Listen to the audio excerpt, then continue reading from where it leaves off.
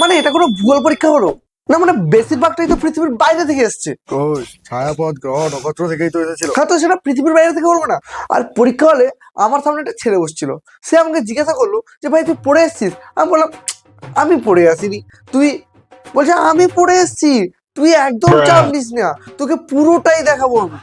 আমি বললাম ভালো কথা, পরীক্ষা হলে ছেলে পড়ে এসছে দেখাবে, আমি ভালো রেজাল্ট করবো। কিন্তু না, পরীক্ষা হলে গার্ডের নজর এড়িয়ে যখন তার খাতায় আমি তাকিয়ে দিই, সে বায়ুমণ্ডলের সংজ্ঞা লিখেছে মণ্ডল পাড়ার ভেতর দিয়ে যে বায়ু প্রবাহিত হয় তাকে নাকি বায়ুমণ্ডল বলে।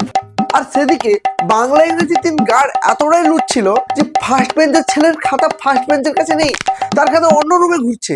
আর সেই ফার্স্ট বেঞ্চের ছেলে আমাদের লাস্ট বেঞ্চে বসে অন্য ছেলেকে হেল্প করছে, তার খাতায় তার অ্যান্সার লিখে দিচ্ছে। মানে এতটাই লুচ্ছিল, ফার্স্ট বেঞ্চ পুরো খালি, কেন ছেলেও নেই খাতাও নেই, খাতা অন্য রুমে, ছেলে পিছনে লিখছে। আর ভূগোল পরীক্ষার দিন গার্ড এতটাই হার্ড হয়েছিল যে আমি পায়ে মশা মারতে ধেপেছি এরকম, উপরে উঠে দিকে খাতাই নেই। আমি বললাম ম্যাডাম কি হয়েছে? ম্যাডাম বলছে তোকে তুই তো উত্তর জেনে নিলি। আমি বললাম উত্তর জেনে নিলাম মানে? বলছে মশা তোর কানে কাছে ও করছিল। মানে মানে আমি কি বলবো, আমি কি বলবো, না না আমি কি বলবো। এখন বাইরে এসে সে সামনের ছেলেটাকে আমি জিজ্ঞাসা করলাম যে ভাই কি রে পরীক্ষা কেমন হলো? বলছে 110-এর 110ই পাবো। হ্যাঁ, 110-এর 110 পাবো মানে? বলছে 110-এর মধ্যে 110ই পাবো, দিয়ে অ্যাটিটিউড দেখিয়ে চলে গেল। মানে আমি বুঝতে পারলাম না সে লিখেছে কি।